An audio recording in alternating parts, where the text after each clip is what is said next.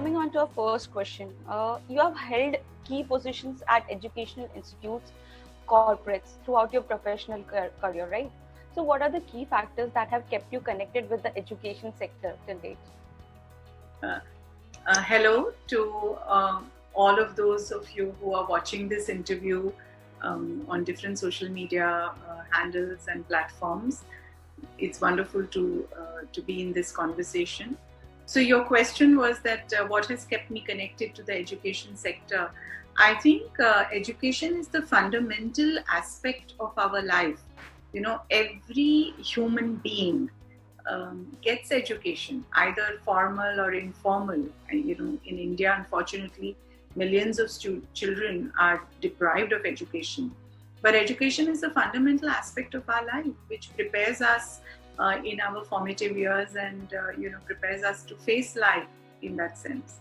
So for me, it's a very big joy to be part of the education field. I'm not an educationist by profession or education. I had been a banker for almost 20 years. I was with a multinational bank holding many leadership positions. In the last position I had held, I was the head of Asia Pacific for 3 functions. So 12 countries and 3 functions. About 18,000 employees were under my purview for this. So from there, I made the transition because education, ethics, and empowerment of youth and women is 3 subjects very close to my heart. And I'm glad that I'm able to make a sizable and a tangible contribution to this field. So I was saying, whatever an institute is, what its leadership is. So, you are the president of Sri University. What is your philosophy of leadership, and how would you describe your leadership style? How do you manage your day-to-day operations, and how do you manage the people below you to lead the institute at greater heights? Yeah, this is a very important question you have asked. What are the key qualities of a good leader? In fact, in my role as a transformational leadership coach, I work with leaders around the world. And many times, this is the question we are grappling with, that what are the leadership skills, what are the leadership qualities, what leadership styles can be the most impactful, can be the most inspirational, especially in the kind of world that we are living today. For me, few things are very important. Number 1 is walking the talk. Personally, I don't preach things that I cannot practice. So I'm a big believer in leading by example. I do every effort to really work at the ground level. And walking the talk is very, very important for me. So I believe that I practice that on a day-to-day basis. Number 2, I would say connection and commitment. Many times I have seen that leaders, because, there are times that there are so many levels, isn't it, between you and maybe the person who's the junior most in the organization. There are times that leaders are very disconnected from the reality at the ground level. For me, having that one-to-one connection, having that connection with every member of my team is very crucial. And I take a lot of effort to do that. I am regularly in touch with people. I'm available for people on phone, they can walk into my office, they can write email. Like right now we are all in lockdown. I'm on WhatsApp practically, the whole time except for the few hours of the night that we all sleep. So having a connection with every member of your team and having a human connection. One is that there are designations that connect us. The second is the humanity in us, the humanness in us that connects us. So really having a human-to-human connection. So knowing as much as possible what is happening in the lives of the people in your team, what are their aspirations, what are their fears, what are their anxieties, what are the milestones they have achieved. I think this is very, very vital. So the second point I would say is having individual connections with people in your team. The third, I said already, is commitment. I think a leader, the role of a leader is the role like that of a role of an actor on stage. when a movie shooting is happening, if you don't do something well, if you don't act well, you can always take a retake. But when on a stage, when there is a skit or a drama, at that time it's real time. No, whatever you do, that moment is the truth. You cannot do. There is no possibility for a retake. So a leader's life is like that. It is a life which is a life on stage, and people are watching us, people are judging us, people are evaluating everything we say or do. So the level of commitment a leader shows, personally, I think is very, very vital in the kind of commitment he or she inspires in his team. So I am a very conscientious and a committed person. For me, I take things very, I give a lot of importance to every aspect of the work we do. And I show that commitment to my team in every aspect. Whether it's about new initiatives, whether it's about their own problems, whether it's about, doing even some fun thing in the team. So third would be commitment. Fourth, I would say, is courage. I think a leader needs to demonstrate courage. The job of a leader is not an easy job. Sometimes you need to take tough decisions. Sometimes you need to take decisions which may not be liked by anybody. They may be unpleasant decisions. You need to fight situations. You need to overcome challenges. And what is the courage a leader can show? If a person comes to his or her leader, and the leader himself or herself is, totally woebegone and says, "Oh, I don't know what to do in this situation," it can really shake the foundation of any institution. So, with what courage, with what spirit the leader can face challenges and overcome obstacles, I think is a huge ask of any person who's a leader. So for me, courage is very important. I think I have a great strength in absorbing shocks, in absorbing challenges, in overcoming them and facing them head on. So the fourth thing I would say is courage. And the fifth thing, I think, not necessarily in this order, but the fifth thing is being able to show the team a bigger picture, a picture which is far away, to see farther away. So to create a compelling vision along with the team, and to be able to inspire the team to deliver more than they thought was possible for themselves. I think that is a huge contribution any leader can make to their team. So, it's like when you're in the aeroplane, you can see everything which is happening on the ground, not when you're 30,000 feet, but at a certain height. And but if you're in the balcony of your third floor apartment, then you can see that much less. So the leader has the responsibility to go to that height from where he or she can see more things than the team can see, and then help the team see those things, and then inspire, nudge, and move the team and every member of the team to achieve more than their own perception of their abilities. So there are many more, but let's for now, these could be the 4-5 big points. That is a wonderful insight, and I think under your leadership, the institute is going to grow by leaps and bounds. On that note, I would like to move on to the next question, which is, it has been 11 years you have been with Sri Sri University, right? So when you first came into Sri Sri University, what was your vision for the university? Has it evolved over time? And how far along are you in implementing the vision of yours?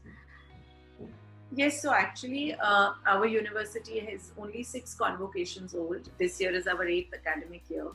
And I have been on the board of the university right from its inception, and the president now for 3 years since. And, when the first time I came to this university campus, which is today a beautiful bustling campus, at that time it was just a site.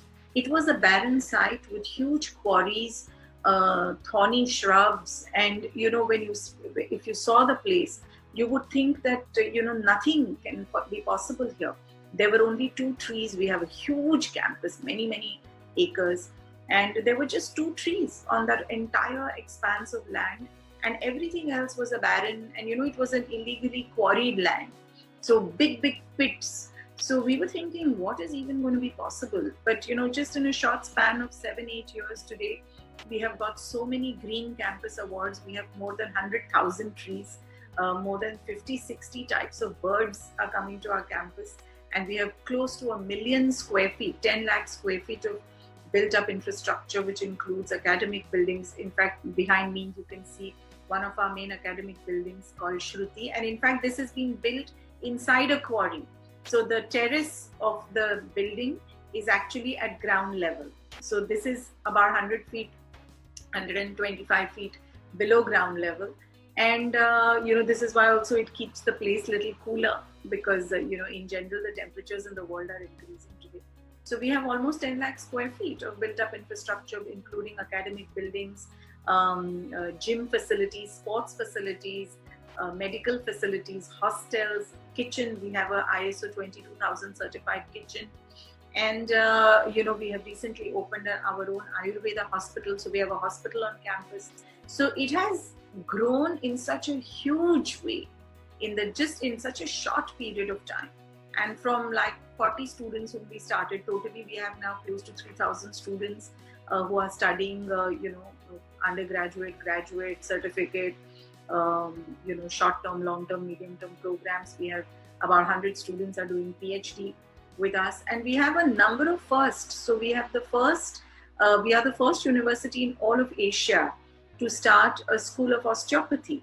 Osteopathy is a very common form of medical treatment, especially in Europe, US, Canada. It doesn't exist. There is no school which teaches osteopathy in Asia. We are the first one. We are also the first university in India, I'm told, who has a bachelor's in agribusiness program. So with the vision of Pujya Gurudev Shri Shri Ravi Shankar Ji, who is the founder of our university, to really empower the farmers of our country. This is a program we have started. It's doing fabulously well. This year we are going to be, I'm told again, the first university in the world actually to start a department of contemplative and behavioral sciences. So we are launching some really unique and really, really landmark programs. And we have 2 skill centers on our campus, one with Larsen and Toubro, one with Schneider. These are giving skill training to rural youth.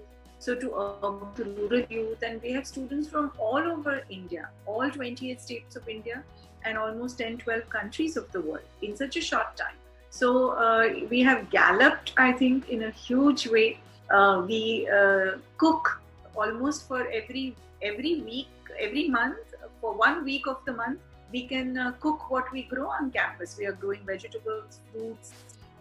So we are really building a campus which is one of its kind campus, with the vision and intention of bringing the best knowledge of the East and the best knowledge of the West of the world to students, not just from India, but from around the world.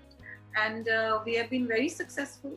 We are very proud that we have a drug-free, alcohol-free, smoke-free, vegetarian campus. It is a safe, secure campus. Today, and it's very unfortunate, so many college campuses are full of violence and abuse, and students get tempted into it without sometimes their fault.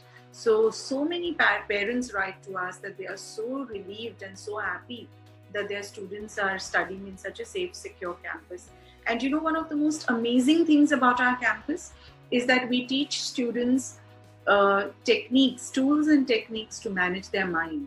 See, today in the pandemic, we are seeing that mental health is becoming one of the worst problems the world is facing and dealing with. Depression, aggression, feeling so low that you are incapable of doing anything. And it has been researched and found that doing breathing techniques, meditation, good amount of physical activity in the form of yoga, etc., really helps you in keeping yourself uplifted, elevated, feeling that sense of optimism and enthusiasm and energy to deal with challenges. And all our students are taught these techniques. They practice them on a day-to-day basis. And so many even recruiters tell us that, we may be getting students from some of the old established institutions, and that is great. But students who come from your university have that unique can-do attitude, yes attitude, the ability to get things done, dynamism, enthusiasm. And I think these are the qualities which are necessary for success in the life. Today, if you ask people who have the so-called success in life, you don't ask them many times what they studied or where they studied, but what you see is how they are conducting or behaving, conducting themselves, and behaving in the world. And these skills, I think, prepare students to really become global citizens, global leaders. So I'm very proud of where we have reached, and we have many plans for the future. We are going to have an allopathic hospital. We are going to be, I think, the first university again in India to have an integrated allopathy and Ayurveda hospital with integrated diagnostics. So very soon we are planning that, and we will keep continuing to launch very new, unique programs which will bring a unique opportunity to students, not just in India, but all over the world, to study subjects of their choice, and subjects which may not be sometimes, financially viable for other people to offer. It is also our commitment to India that we will bring programs that might not be financially viable for us, but are necessary for the students of our country. So we have very big plans in the coming years. That's great, ma'am. So what I know of him. On that note, I'll move on to the next question. That is, there's a lot of information available on the internet over various channels, right? So what is that one thing that you want the student to know that they may not know, and which makes your university stand apart from others? The one thing, it's a very good question you have asked me, that what is that one thing that students should know, which they will not find maybe on all our, open domain platforms. The one thing that we cannot capture, no matter how much we try, is the vibe of the campus. See, any place, wherever we stay, whether it's our home or, even those of us who are working in our office spaces, there is a certain spirit to the space, right? So we don't just like our home because it has, 4 walls. Every home has 4 walls and a roof and some cupboards and tables, chairs, beds. Every home has that. But what makes homes special is that special vibe, the spirit of the people who live there, the joy that the people who live in homes, they bring to their homes. And I think that is what is so unique about our campus. Our students call our campus the happiest campus in India. Anybody who visits our campus say that, there is a certain vibe in your campus. There is a certain spirit in your campus. We feel happy when we come to your campus. And I think it is natural because, our students are doing every day, they are doing meditation. Our students, do a lot of service activities. The 3 values of our university are learn, lead, and serve. Learn from the best source possible, every source possible, so that you can lead, become leaders in your own right, in your own field, so that you can serve back the community, serve back society. So service is a big part of the way we live on our campus. Everybody is doing something to either serve, each other, or there are so many villages around our campus to do some unique projects for the villagers. Like right now in the pandemic, there are some students who are still locked down because they could not go back to their homes after we shut campus. Some of our team members are on the campus, and we are packing lunches and giving ration to all daily wage earners in our neighborhood who today don't have a source of income. Now, when you do service to others, it makes you so strong. It empowers you so much. It makes you realize your potential and your capacity. And then that kind of energy that you have, that kind of, enthusiasm, positivity that you have, obviously radiates in your surrounding. So, it is said that, meditation, when you do meditation, not just that it gives you peace, but it radiates peace in the surrounding.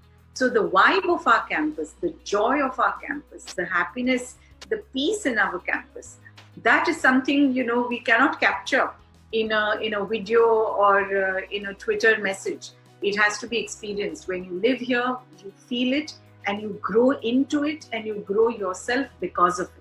So that is one thing. It's a very brilliant question you asked me. And I think it's the vibe of our campus that has to be experienced by being on the campus.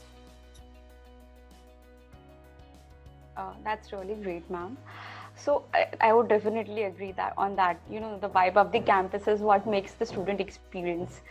And I'm definitely sure the potential students are listening to this and, looking forward to join Shishu University and have an awesome experience with your college. On that note, I'd move on to my next question, which is, we just talked about the milestones that the university has achieved under your leadership in the last few years. So, what do you think should be your priority for Shishu University for the next 10 years to take it to greater heights? Yeah. Firstly, I would like to say it's not just, we have a huge team. Every member of the team is working very hard to shape the campus. I am a believer that every institution is built brick by brick and heart by heart by every hand who touches these bricks. So a huge team has made the journey possible to where we are today. And as I said before, we have some great plans for the coming years. We are, going to definitely. We are going to start Ayurveda and allopathic colleges, medical colleges. We have great plans to do things in the area of environmental sciences, international architecture. We will deepen our work. Already we have a department of Indic studies. We want to do more in that. In the area of water conservation. So we are in the discussion to do something in the area of possibility of setting up a water institute. We've already signed an MOU with one of the international aid organizations called the International Association for Human Values to set up a research center for communicable diseases. The corona has been a huge jolt to all of humanity. So we are in the discussions and the planning to set up this research center. So many great plans are there. Again, programs in the engineering field, programs, we are on the lookout to curate new programs which may not exist now. So a lot of programs will happen. We are already at about 43 programs. I think in the coming 5-6 years, we will easily reach 200 to 250 plus programs. And we will continue to bring to students of the world new offerings depending upon the need of the hour. So very exciting times lie ahead for us. Great, ma'am. I hope all the plans that you have for the institute are achieved at the fastest pace possible and your university achieves greater heights. On that note, ma'am, I would like to move on to my last question.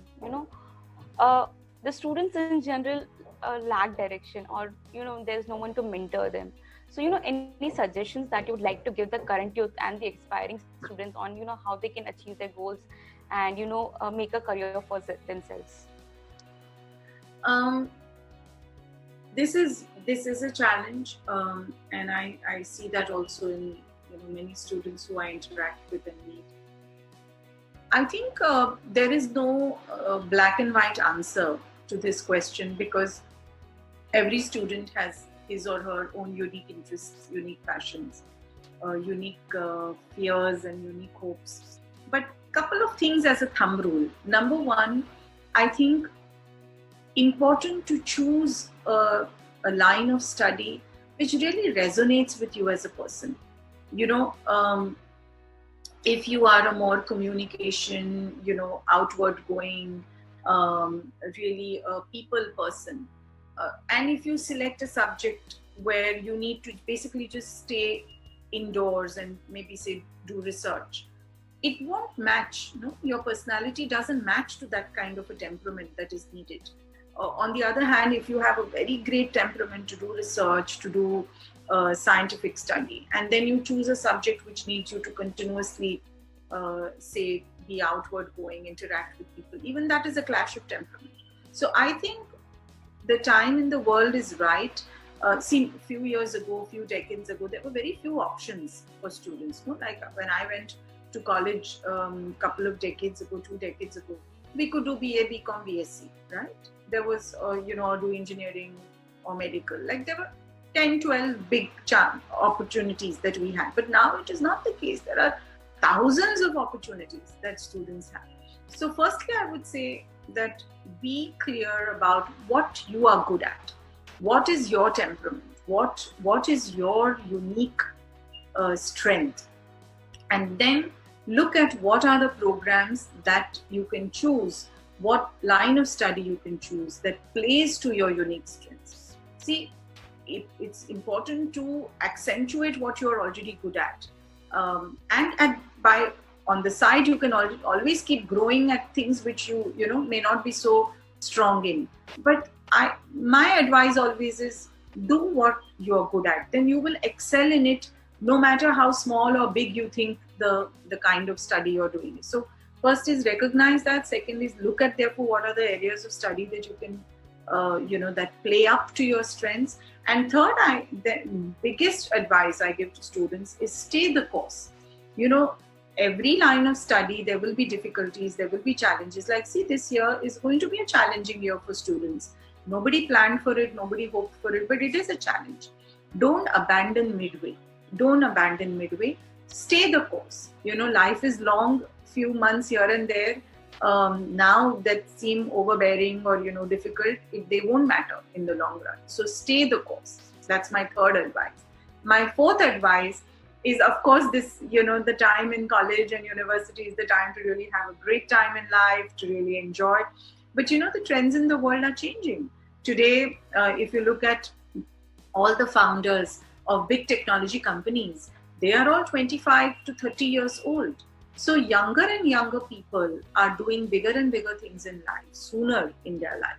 So I think the time also in college and university is a precious time to work hard, to upskill yourselves, to read, learn more about what's happening in the world. And see, today you have a boundaryless free world available. You can follow any big leader. You can follow Bill Gates on Twitter, follow him on Instagram, follow him on LinkedIn.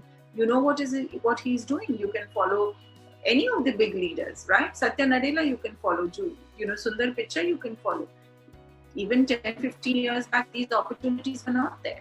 So I always advise students, expand your network, work hard, read, write, improve your communication skills, improve your written skills. I am sometimes appalled by the written skills of even sometimes PhD level students, So very important to improve your written skills, and know that time is wealth. Time is wealth. Of course, it's important to have some fun, easy, happy times, just kind of enjoy the college life. But at the same time, remember that for around you are people who are really pushing their boundaries, doing big things, doing inventions, and more of it will happen as AI, IoT, machine learning starts making our life simpler. More of these things will happen sooner. So use the time. That would be my last advice. Don't waste time. This time will never come back. Once you start doing a job, once you maybe set up your own business, you will never have the time like this to focus on your own growth, your own upskilling, on your own learning. So use that time in a very precious way. And life works out. If you do when you do a jigsaw puzzle, you are not doing the puzzle every minute. What you're doing is you're putting different pieces together. And then when all the pieces fit together, ultimately the puzzle is ready. So life is also like that. You put all these pieces together, eventually you realize, oh wow, it all worked out. So that would be my advice. And I will add one more thing. Definitely integrate some self-care techniques, self-care routine in your life. So doing some breathing techniques, doing meditation, doing yoga, this sculpts your consciousness. It shapes your character. It makes you so resilient, so strong, and so positive that you will be able to handle any challenge, any obstacle of life. Will be very, very. It will be very comfortable for you to deal with such challenges. So definitely, you should integrate some such routine in your life.